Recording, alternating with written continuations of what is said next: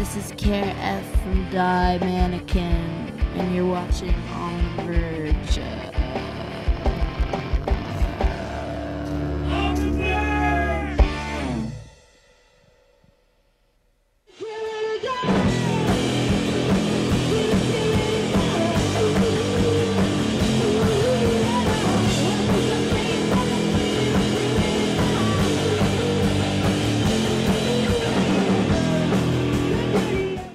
The band itself, Die Mannequin, how did you guys first form? How did it start? It was really strange. It was like there was this Iggy and the Stooges tribute, and this girl that I had met once called me up and was like, "Hey, can you fill in for my girlfriend? Like, she can't make it. You need to like play these Iggy songs." And I love the Stooges, so I went, and they asked for like a band name on stage, and jokingly I was just like, "Oh, Bloody Mannequins." Well, I had a laugh about it, and then people actually wanted us to keep playing more shows from then, so I was like, oh shit, I gotta start writing some songs and tighten the band up and get some real numbers. So that's cool. Beginnings. So the title for your debut album, Pheno plus Bleed, is that right? It came from a carving you saw in a hotel room? Yeah, well, like, Anthony Bleed is his last name, and we know Care F, and we have jokes about, and little pet names for each other, and Pheno, and then it was so queer because we were in a tour in the States somewhere in Washington, D.C., and it was a really shitty hotel room. A lot of guys would take prostitutes there and fuck them, and if they were a good fuck, they'd carve their name in the ceiling with this broom in the corner, and so there's all these names, blah, blah, blah, but right above our bed, really big, the biggest one was Pheno plus Bleed, and I remember saying, and it was already like our pet names, and so we laughed, and I promised him, I was like, yeah, when I have the full length, I'll name it Pheno plus Bleed because of that. Or recording Pheno plus Bleed, like the night before you got your laptop stolen, is that right? The night before I went to go demo all the ideas before the recording, yeah, and I lost so many songs, but it kind of was a good way of weeding out some of the good and bad ones, like Bad Medicine and Suffer were two songs I know that were lost that came back to me, at a weird time while I was like driving around with Anthony somewhere, but yeah, that happened. That was a total kick in the balls because I only had like 3 weeks to do, the hugest record of my life, because in the old days, like Led Zeppelin and the Beatles, you have like 5 records, 6 records to get it right, and these days you have one shot, and that shot might even get shelved, so you think that they'd give you forever. Is there any particular ongoing concept or theme behind the album or anything?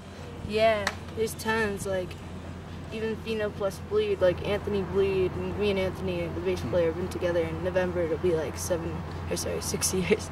Feels like 7.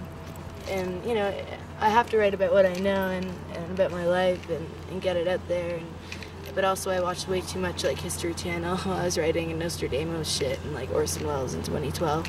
So it started off as a concept of these two characters and myself, and like Suffer is about being locked up and institutionalized, and that's true, but putting the spin on it where I wished all the shock treatment patients and the lobotomy patients could turn on the doctors and hold them hostage, and it's written from that point of view, so it's like that didn't happen, but it was in my mind when I was locked up, so, and then like Carolyn Mescalin's like my epitaph song for like to the industry, and so yeah, it's a lot of personal stuff and then a lot of weird apocalyptic shit. And for the album, you worked with producer Matt Hyde. How did that collaboration come together?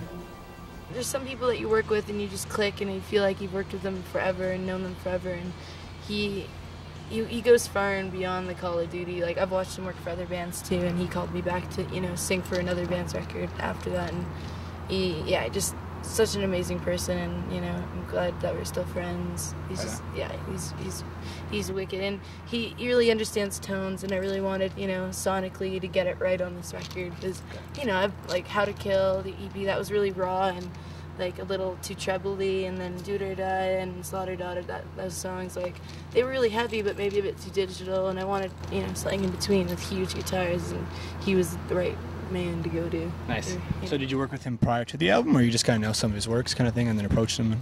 Yeah, I mean, like there's a list of like 40 people that want to do the record, and then you narrow it down, and really I just get on the phone and try to get a vibe with them, and I just clicked. And one of the other guys, Michael Beinhorn, who I also love, was in contention, and everyone from like Butch Vig to Bing Crosby and Gordie Johnson, and there are many people that I'd love to work with, but for this record I think I made the right decision, totally.